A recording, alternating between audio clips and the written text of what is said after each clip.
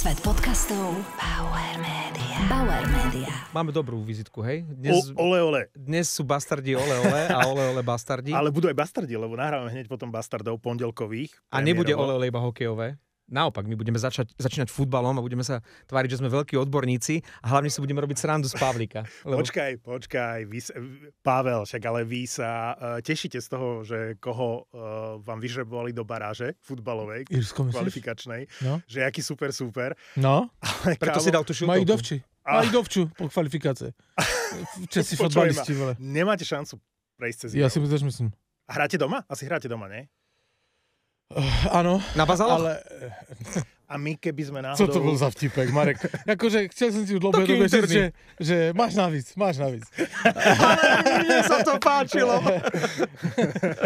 Však Češi sú v rozklade. Brutálnym rozklade. Akože vzali Součkovi, lebo brečel pod tribúnou, tak mu vzali aj kapitánskou pásku. A on, myslíš, že to bolo jeho akože iniciatíva ako kapitána, že nejdeme tam sa... Áno, a že sa si vysvetlíme to, že oni sa nešli Souček poďakovať. s Soufalem šli, lebo to sú veľcí kámoši ešte z West Hamu, ale Soufal už tam není, ale byli. Ale oni sa domluvili, že s ním asi pôjdu promluviť, že toto ne. S fanúšikmi. No, oni ich poslali do řiti, vzali kapitánskou pásku. Akože...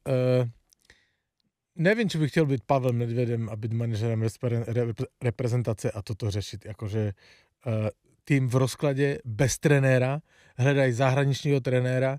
Akože, co urobí zahraničný trenér, to je podľa mňa do nebe volající blbost. Akože, řekni mi, ktorý zahraničný trenér je v obraze v českém fotbale, zná talenty a ví, kdo jak hraje. Podľa mňa taky neexistuje z těch top, nesledujú Českou ligu nikdo. A oni chtějí reprezentačního trenéra, když ich čeká klíčová fáze sezóny. Zápas. Kľúčový zápas, lebo sa hrá na jeden zápas. Takto. Klíčový zápas za poslední 4 roky, lebo to je o mistrovství sveta. A on hledá zahraničního trenéra. Čiže a prečo to Hašeka musel odvolať po tom trápase s Fajerskými? Alebo to, akože kabína už ho nechcela, lebo v takejto fáze, ako ty hovoríš, sa proste tréner ani po takomto škandále, či chcel umlčať fanúšikov? Ja neviem, koho chcel umlčať. Ja nevím, Hašek taky nevím, jestli byl dobrý trenér, ale to je úplně jedno. Jakože podle mě je úplně jedno, kdo tam musí přijít Tortorella, který jim, víš, jakože typ Tortorella, který má okamžitý efekt, to ďas, který jakože nakopne a nebojí se tam dát jakože neosvědčené jména, nějaký prostě co září v lize, hej, v Olomouci tam je ten záložník, a to je úplně jedno, ale něco musí s ním urobiť, nezahraničný trenér. Ale to sú, víš, že kto príde? No, to sú takí tí nájomní, čo idú buď do Červenej hviezdy Belehrad, alebo Machačkala, alebo niečo, kde im ponúknú peniaze, im je jedno, či majú prehľad. Oni sa obklopia svojimi poradcami a nemusia nič vedieť o tom, kdybych to chtěl zachránit, tu ligu, to je akože tu sezónu, nebo ty 4 roky, lebo tu jde o mistrovství světa. No, jasné. Kdybych to chtěl zachránit, tak já jdu za Tvrdíkem, manažerem Slávie. A poprosím ho, kdyby neuvolnil Trpišovského na dvojzápas kvalifikačný. Jenom na toto. Je to jeden zápas proti Írom a ten bude problém. Nehovor o nejakom dvojzápase. No tak, OK. Musíte prejsť cez Írov. A ja som ich videl proti Maďarom. Ak budú hrať tak, ako proti Maďarom, tak nemať šancu. Ide o jeden zápas. Poď to urobiť. A poď to urobiť s hráčema ze Slávie třeba. A nech je tam pohoda v kabíne, hej, ako na ten zápas. Vem tam, koho znáš. Niekoho z Jablonca. Jablonec teraz akože váli. Hej, ale to je jedno, akože niekoho, ale poď to urobiť. Však ten Trpišovský má největší, nebo ti trenéři mají největší přehled o těch hráčích. Však oni samozřejmě Trpišovský, on si může koupit na koho ukáže, takže on určitě všetky sleduje, víš, v líze a i pomimo ligy. On má největší přehled, kdo na co je dobrý. Jakože vemu ho tam, Tvrdíkovi slíbím, OK, budeš mít příští sezonu samé neděle odpoledne, cokoliv, hej, slíbíš za to. A však ale musím zachrániť prestíž, nie? Že požičiam trénera im akože na reprezentáciu. Možno, ale Trpišovský si tiež hovorí to, čo mi dvia s Fenčom, že ale proti tým Írom, to je bez šance, čo sa tam budem strapňovať. Íri boli na odstrel na začiatku kvalifikácie. Však oni koľko bodov mali s nimi, nikto nepočítal. A zrazu posledné 3 zápasy v skupine, ja som nechápal, že oni porazili aj Portugalcov, že začalo sa to arménskom víťazstvom nad Arménskom, potom dali Portugalcov. A to, čo predviedli v Maďarsku, trošku mi bolo ľúto Maďarov. Si zober za posledné roky, koľko peňazí... Dohodneme sa, ja bych se dohodl, že v tomto podcaste nás nikdy nebude ľúto Maďarov. Ale chvíľočku, áno. Keď som sa pozeral na tých... Soboslaja? No, tak ale si hovorím, Soboslaj je bože. dobrý, no. A propos Soboslaj. Ja už viem. Ja som našiel trénera českej reprezentácie. Tréner Liverpoolu bude voľný. Takto to myslel Nedvied, že teraz to už možno Irsko nestihne, ale teraz keď odvolajú trénera Liverpoolu, tak to bude tréner českej repre. Arne Slot ako tréner českej To spíš Klopp je voľný. No a Klopp sa vráti do Liverpoolu, nie? On to nevylúčil v rozhovore. Poslednom, čo som videl, položili mu normálne, že otázku, a on nepovedal rázne a rezolutné nie. A však ale mu to musí chybieť.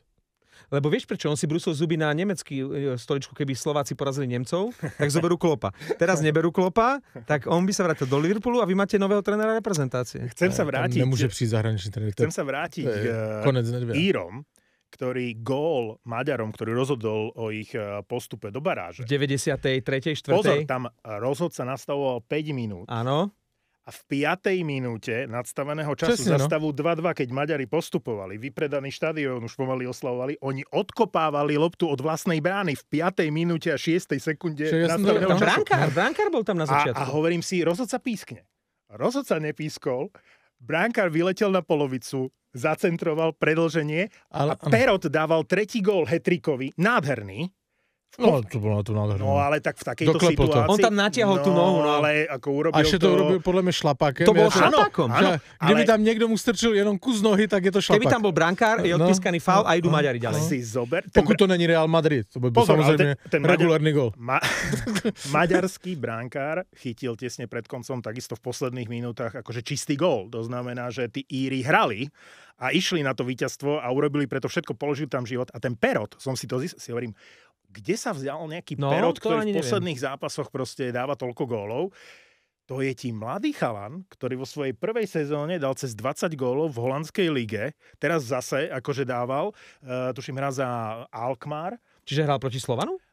No musel. Asi, ja až tak to nesledujem, ale keď som si ho pozrel spätne, si hovorím, kde on hrá, že takto akože dáva jeden gól za druhým. Takže o ňom ešte budeme podľa mňa počuť, kto vie, kam prestúpi. Perot dvihol svoju cenu neskutočne. No, každopádne to Češi budú mať s Irama veľmi ťažké. Budeme vám držať palce. Veľmi ťažké. No, teraz v tejto chvíli, keby sa to hralo ešte do Vianoc, tak nemáte šancu. Ale 3 mesiace, 4 kedy v marci sa to hrá, nie? Tak to sú 4 mesiace, to sa ešte veľa ukazuje sa, jenom akože záverečnou řeknu, akože mám akože Daru Rollins s Nedvedom ako celkem rád, ale ukazuje sa, že by zobral Daru ako nového trénera? Je to proste perfektný párik do bulváru, ale ne do funkcionář. Akože ukazuje sa, že on, jak robil viceprezidenta Juventusu, tak tam byl akože reprezentatívna figura, ne s nulovým dosahem na sportovní stránku a ukazuje sa, že to akože bylo dobré, protože on akože neřeší ty veci dobře. No, Nedvied bol lepší pri hokejovej reprezentácii, to bol iný Nedvied, ale ja mám problém s týmito severskými krajinami, nemyslím teraz Anglicko, ale Írsko, Škótsko, Wales, že oni v kvalifikácii takto nejak sa dostanú na ten turnaj a potom sú tam najslabší a nudní. Ale počkaj, Škóti, aké dali gól? Ďakujem za Škótsko, to je druhý zápas, ktorý som si pozrel. Škótsko-Dánsko. Nenormálna atmosféra. A ja som tých Škótov vždy tak trošičku akože mohol, že vždy to bol taký akože trpaslík tam z hora, dobre, Wales ešte menší, ale Wales, akože, ešte Wales, dobre, ale tí Škóti, ale to oni neviem koľko rokov neboli na majstrovstvách sveta. Marek síce od hovorí, 98. Čiže tí Škóti oslavovali, že neuveriteľným spôsobom, lebo priamy postup si vybojovali a tam bolo tiež 2-2 tesne pred koncom a Dáni priamo postupovali a tí Škóti to nádhernými gólmi akože odohrali, 4-2 ten zápas a ten gól, ktorý ty spomínaš, bol na 1-0 nožničkami, je v tejto chvíli považovaný, neviem či už oficiálne, ale čítal som, že je považovaný za gól dosiahnutý týmto spôsobom na tejto úrovni z najvyššej, v takej výške 2,5 metra boli tie nožničky, viac ako 2,5 metra, že prekonal rekord Cristiana Ronalda, ktorý v takomto kvalifikačnom nejakom zápase dal z výšky 2 metre 38 cm. Že vysoká noha, hej? Čiže normálne tie nožničky, bol to krásny gól a tie nožničky sa dotkli, tá kopačka sa dotkla lopty vo výške 2,5 metra, viac ako 2,5 metra. Wow. K tomu sa ešte dostaneme. Videl si přes víkend Ronaldov gól v Saudskej Arabii? Dal nožničkama. Krásny gól, musím ho pochváliť. V tom vieku takto vyskočiť a urobiť toto. Ja kdybych v jeho vieku, což je 2 roky tomu, takto vyskočil, tak sa zapichnem, vole, hlavou, jak kolik od stanu, vole, tam do tej trávy. Není problém vyskočiť, ale potom dopadnúť, nie? No, to je problém. Hej. Ale to je jedno, ale k tomu sa chci říct k tým Škotom a k tým Írom. Sledujem na Instagramu takú hospodu v Dubline, kde sme sa akože byla tam dobrá party. Temple Bar. A ona byla, Guinness, takovej kousek od Guinness fabriky, to byla Guinness hospoda, fantastická, od té doby ju sledujem na Instagrame a toto. A oni dávali teraz záběry, jak tam všetci ti Íri stojí v 8, víš, nebo večer a sledujú ten zápas a jak sa tam radujou a to pivo tam stříká, víš, jak dají toho góla a prostě jakože úplně šílená atmosféra. A bylo tam pod tím, že někteří tam seděli už od rána. Tak to jim říkám, že to nejde. Já jsem tam byl v 11 dopoledne, jak ona lifrovala ty Guinnessy, vole, já jsem v jednu nevěděl o světě. Já bych se v životě nedočkal žádného fotbalu večer, vole. Že, akože, určite klamali. Teraz si mi pripomenul z tvojho regiónu rodného, že keď sme mali ranné vysielanie, keď COVID končil, respektíve ani nekončil, ale sa tie opatrenia už neboli také striktné, že sa prvýkrát otvárali krčmy, tak hneď vyšla ráno v Českej agentúre správa, že vlastne nejak ráno to končilo. Že tí horníci, tí baníci, jak išli v tom ostravskom revíre, že čakali pred tou 5:30 alebo o 6:00 pred tou krčmou, že po niekoľkých týždňoch alebo mesiacoch a oni vlastne po tej nočnej šichte čakali tam, keď im poprvýkrát otvoria tú krčmu a ráno o 6:00 už mohli zapíjať. A to bolo extatické, rovnako takto od rána tam v tom ostravskom revíre. Neviem, či je to aj mimo COVID tak, že idú z tej nočnej šichty. Však to je v Třinci je hospoda, ktoré som zapomněl teraz narýchlo toto, ale vím, ona má otvíračku od 5:50 ráno a v 8 zavíra. A potom zase... Ale ráno. V 8 To je ráno pre zavíra. tých, čo idú na snídaní po šichte, hej? Alebo pred čo šichtou. mají po noční šichte a než im odjedou vlakama domů spát, tak tam vypijou akože 10 kousků a idú spát. A to je, tam je obrad jak svinia, vole. Tam je furt plná hospoda. Tam decka chodí do školy a dívajú sa na ocko ich pozdraví. No dobre, ale prebrali sme Írov, Škótov a všetkých. Ale poďme na Kosovo. Na Kosovo.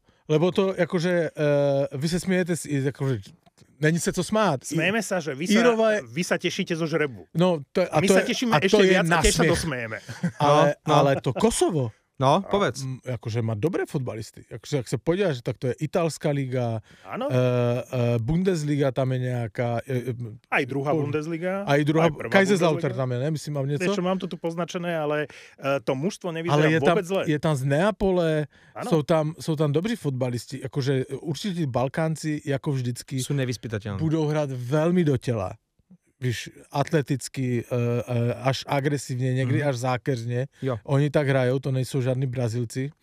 A to bude veľmi nepříjemné, akože to tež není buchvico. Ale koho tam chceš vybírať v tej kvalifikácii? Toto som chcel povedať, že vieš, v rámci toho žrebu tešiť sa z niekoho je až neslušné, ale asi radšej ako Írov, alebo vieš, že na papieri to vyzerá ako najslabší súper, ale nemôžu hrať naši tak odovzdanie ako proti Nemcom, alebo ako v Severnom Írsku. Lebo to je jedno, či by tam prišlo Kosovo alebo hoci ktorý iný super. No musí hrať aj s Nemeckem, hrali prvý zápas, tak. Ale akože rozhodne to není nic, co by sa dalo jakkoliv podceniť. Hlavne oni budú veľmi biehaví. Akože tam potrebujú, neviem, jak ten Calzona, akože ustojí to, akože se cťou v pohode tú porážku, ten nářez v tom Nemecku. Je, že to veľa mesiacov tedy, vieš, že prejde čas. OK, ale akože řekni mi, jenom sa k tomu vrátim, prečo on tam dáva Pekarika? To bolo tak, keď už bolo rozhodnuté, dobre, bolo to v Nemecku, neviem, rozlúčka, vieš, on ho má rád. On odviedol pre ňoho veľké služby, neviem pre ňoho, ale pre repre, čiže možno, že to bolo iba gesto. To bolo gesto. Okay. Kosovo je na 80. mieste rebríčka FIFA. No. My sme 40. To nič neznamená, no. 45. Česko 44. Maďarsko 41. Polsko pre zaujímavosť 31. S otcom som si písal, vieš? A som sa ho na to pýtal. A my sme jedno miesto za Čechmi? My sme, áno. My sme jedno Prečo? miesto za Čechmi, ale však to nič neznamená, ako Pavel hovorí. Hej, absolútne. A píše mi, že hráči Kosova v zápase so Švajčiarskom, aby si bol v obraze. Lebo nie som. Píše otec synovi. Preto som sa ho pýtal, vieš, lebo som sa ho pýtal na Albáncov a na Kosovo, to ma prekvapilo. Albánci hrajú s Polskem. No, že suverénne, že postúpili, hej? Aj Albánci, aj Kosovo, Však bez problémov, hej? Ale polovina týmu Albánska to je série A. Presne tak. Že štvrtina. Albánci majú vymakané mužstvo. No, Tiež jasné. mi to posielal, to vás tu nebudem zaťažovať. My hráme proti Kosovu, takže hráči Kosova, ktorí nastúpili proti Švajčiarsku, v akých ligách hrajú? Sassuolo v Taliansku, CSKA Sofia v Bulharsku, Neapol v Turecku, Alanya Sport, Vidzev Łódź, Düsseldorf. Ako? Vidzev Łódź. Watch. Dobre. Z tej hodinky. Máš inak výbornú angličtinu. Chválim ťa. Trénoval som. Düsseldorf, druhá liga, Kazaň, Augsburg, prvá Bundesliga, Como v Taliansku, Hoffenheim a dvaja hráči Majorky. Čiže... Majorka, to máš La Ligu. Máš tam... dvakrát, trikrát Taliansko, Como Sassuolo, Como aj trénuje Cesc Fabregas. To je ten zázračný klub. Mladičkej Fabregas. To je inak výborná destinácia. Tam tí fotbalisti radi chodí, tam je nejaký miliardár, ktorý to tam kúpil. A tam chodí dohrať tí fotbalisti. Tam teraz je aj Sergio Roberto z Barcelony tam hrá. A to bol taký celý medailónik o zázraku tohto klubu, ktorý nedávno bojoval vôbec, aby prežil. A ako kúpili títo miliardári a teraz vlastne si prerábajú štadión, aby bol väčšie. Krásny stadión. A bude to trvať niekoľko rokov. A niekoľko rokov tým ľuďom, ktorí by v okolí ponúkli lístky zadarmo, na tie roky celé, kým bude rekonštrukcia a kým im to bude znepríjemňovať život. Tak, to aj Baník, ale to jenom proto, že sme předposlední a chceš sa umluviť. Vieš, čo nie ste poslední? Ne. No, niečo som ešte chcel. Že keď postúpime, náhodou, ja dúfam, áno, presne. Tak chvála Bohu, že hráme. Ja si neviem predstaviť, že by sme hrali v Albánsku. To by som sa vážne bal. Nehovorím, že teraz som si istý, ale určite sa nemáme na čo vyhovoriť, keď hráme doma. A je to na jeden zápas. Ale my hráme oba zápasy, aj keby sme prípadne postúpili druhý tiež tam doma. nás čaká víťaz Turecko-Rumunsko. To viem preto, lebo ja mám suseda Turka v Ivánke pri Dunaji. Orhana. Fantasticky grilluje v lete. No. Akože o tom sa nebáme. A je to super týpek. Aj do tohto podcastu len sa musí zlepšiť v slovenčine. Keď budeme hrať s nimi to finále, tak príde? A že ja tu môžem byť s mojou slovenčinou, tak on nemôže? Ale ty si na výnimku. Si. No, takže Orhana sa pýtam, že môžeme sa po anglicky píšem WhatsApp, keď sme teda akože postupili všetko a že môžeme sa stretnúť s Tureckom? A on mi po 2 dňoch poslal fotečku toho vyžrebovania. Neuveríš, ale môžeme. Takže my sme si to so susedom vymodlili, že chceme si pri dobrom pivku pozrieť zápas o majstrovstvá sveta rozhodujúci Slovensko-Turecko. Nemusím ísť na štadión. Stačí, že si to pozriem so susedom. A vy tam máte buď Dánsko, alebo Severné Macedónsko, ak sa nemýlim. To je úplne jedno, koho tam máme. My máme hlavne Írsko. Oni nemajú Írsko a to je vybavené. No hlavne, aby to... No. Je to.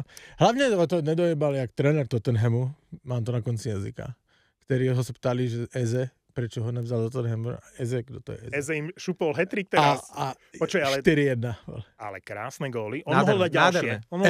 Eze mohol dať ďalšie. Pokojne 5-gólový zápas. Ja na tých, no jasné, to áno, ale ja na tých golech fakt oceňujem, že to nebyly žádné náhody.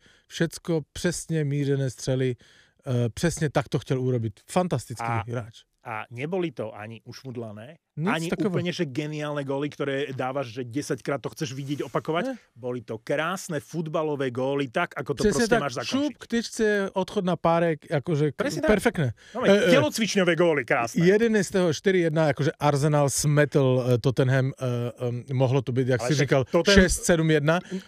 Však aj ten gól, čo dali, bol síce krásny. Tottenham, ale to bola náhoda po chybe obrancu. Ja Tottenham moc nesledujem, ale Richarlison, to je ten Brazilec, on dáva málo gólu, ale on už vždy dá gól. Jestli si pamatuješ jeho gól na mistrovství sveta, jak sa do toho položil, tak to stojí za to. A tento proti Arsenalu tiež stal ale za to. Ten bol takmer z polovice do brány. Ze 40 metrov dva fikol cez golmana, no. Akože pekne to trefil. Rád by som pripomenul, nebol tu Fenčo, keď sa nás pýtal Kiko na tipy pred začiatkom sezóny na majstra, že kto... A ty si bol odvážny a typoval si Arsenal? Ja som povedal prvú blbosť, ktorá mi napadla a povedal som Arsenal. Ale Arsenalu v anglickej lige strašne pomáha to, že aj City, akože zadrháva sem tam a teraz... Liverpool má katastrofálnu sezónu aj formu. Ale vieš, že ten Liverpool, keby z tej prvej šance dali gól, je to iný zápas. Proste... Je zajímavé, že ten Liverpool jediný fantastický zápas zahral z Real Madrid. No, ale oni nezačnú ten zápas zle. Ako keby tá prvá nepremenená šanca ich úplne že odstaví a tie góly, čo dostali proti Newcastle, nehnevaj sa, obrana takto laxne. Počkej, Nottingham. A čo som povedal? Newcastle.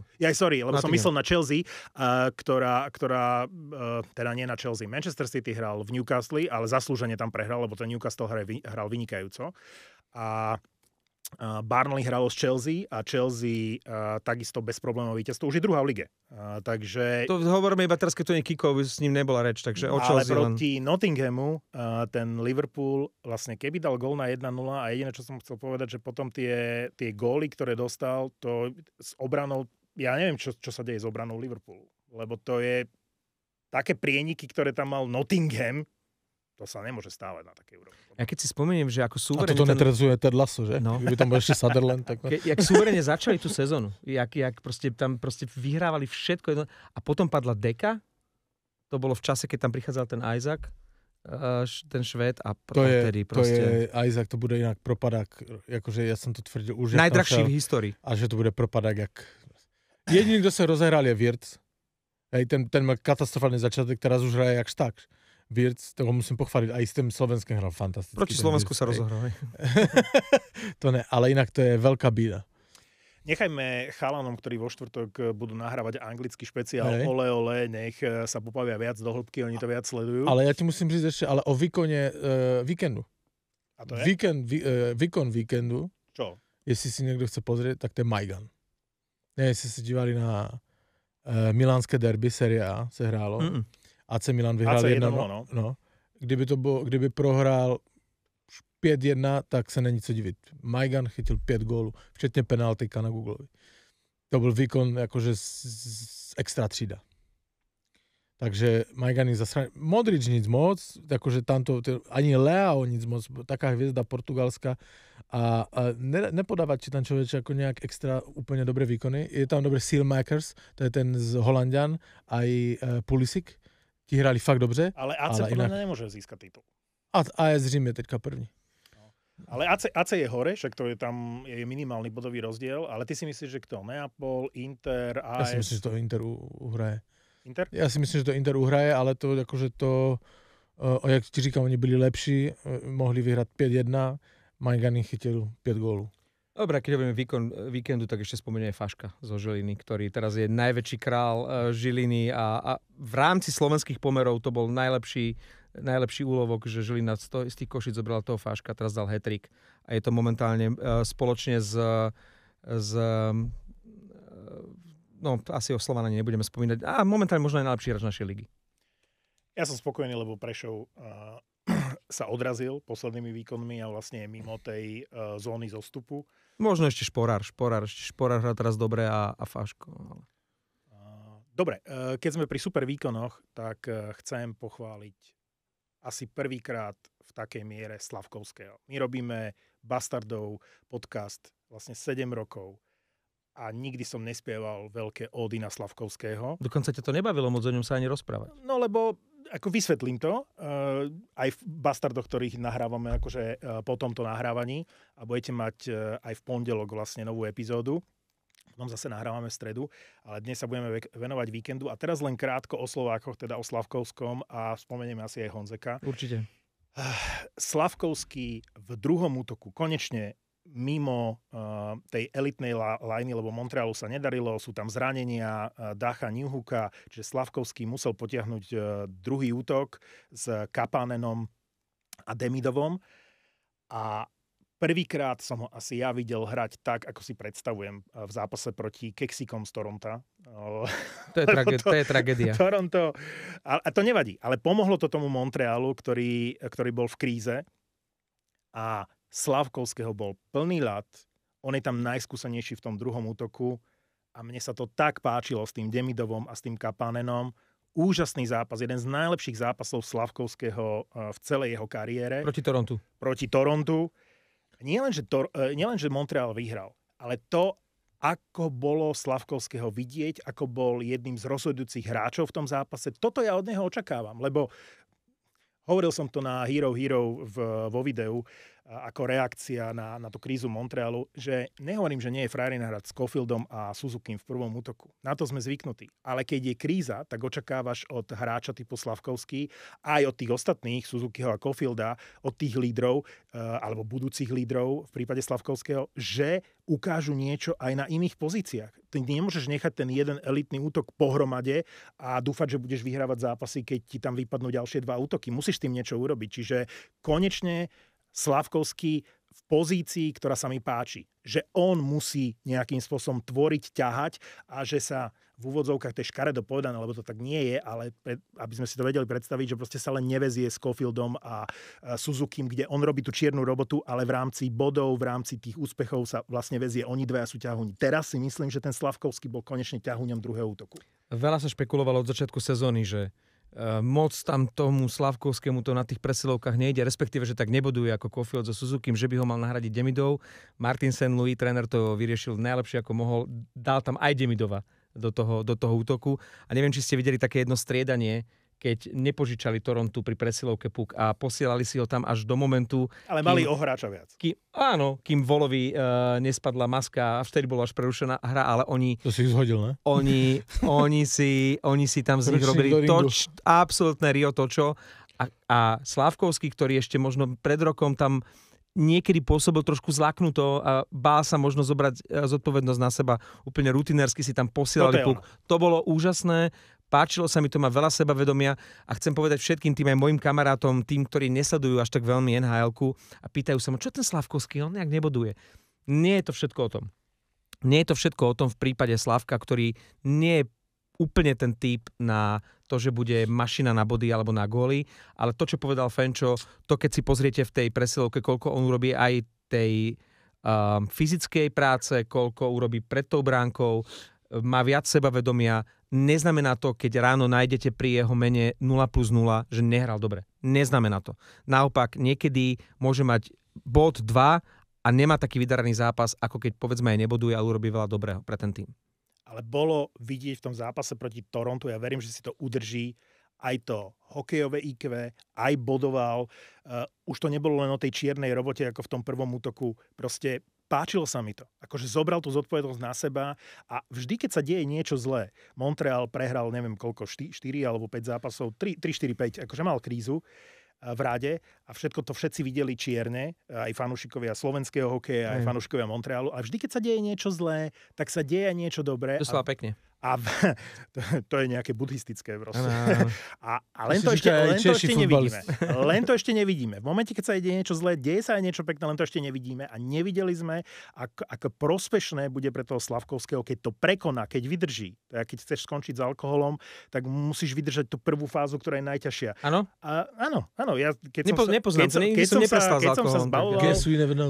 som sa zbavoval toho návyku na pivo, ktorý bol extrémny, tak vlastne tie prvé 4 dní boli krízové, lebo väčšina ľudí nezvládne ten 3., 4. deň, ale teraz nechcem prirovnávať. Čo si pil ten 3., 4. deň? Je to ťažké, je to detox, ktorý nie je jednoduchý. A v momente, keď teraz to nechcem prirovnať k tomu, čo sa dialo v prvom útoku Montrealu a v Montreale, ale vlastne je ťažké tie prvé 3 zápasy byť bez Caulfielda a Suzukiho. Ale v konečnom dôsledku ti to prinesie to, čo sme videli v zásade v zápase s Torontom, lebo zrazu je to iný Slavkovský. Pre mňa najlepší Slavkovský, akého som videl v NHL. Ty si prirovnal odvykanie k pivu z Slavkovského. Odvykal si od Caulfielda a Suzukiho. Jesus Christ, vole. Takže má za sebou absťak a už to teraz pôjde, hej? A teraz to pôjde a pokojne v druhom útoku, ktorý vyzerá výborne, Oliver Kapanen a Ivan Demidov so Slavkovským parádne proti Torontu. Som zvedavý na najbližší zápas. Toronto už je na poslednom mieste a Montreal ľudia sa už pýtajú... Už je posledný? Toronto už je posledné, lebo Buffalo vyhralo. Takže 4 body od play-off, alebo 3, vieš. Je to vyrovnané. Ale pozerať sa na Toronto na poslednom mieste je celkom fascinujúce.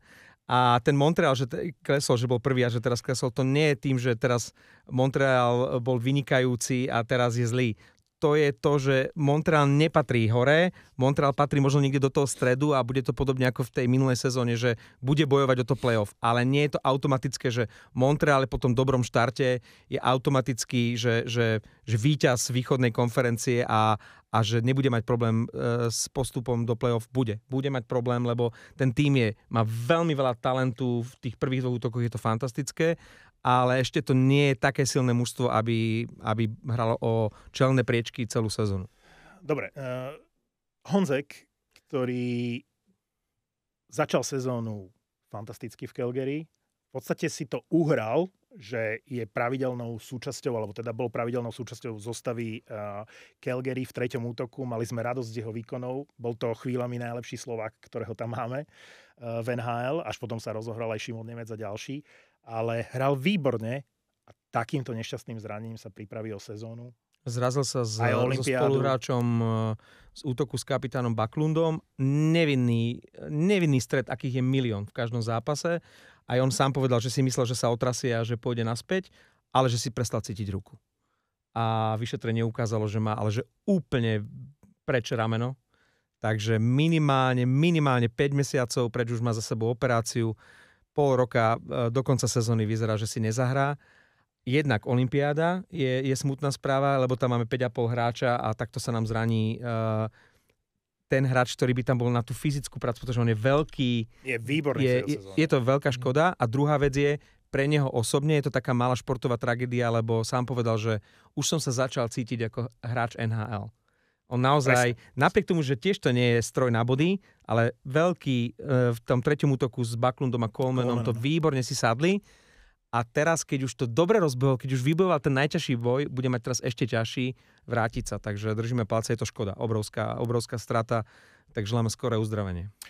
Ideme nahrať Bastardov pondelkových, takže tam si to rozoberieme viac. Aj celé víkendové dianie v NHL-ke, tiež to nájdete aj na YouTube, aj na všetkých platformách, kde počúvate podcasty. Takže ole.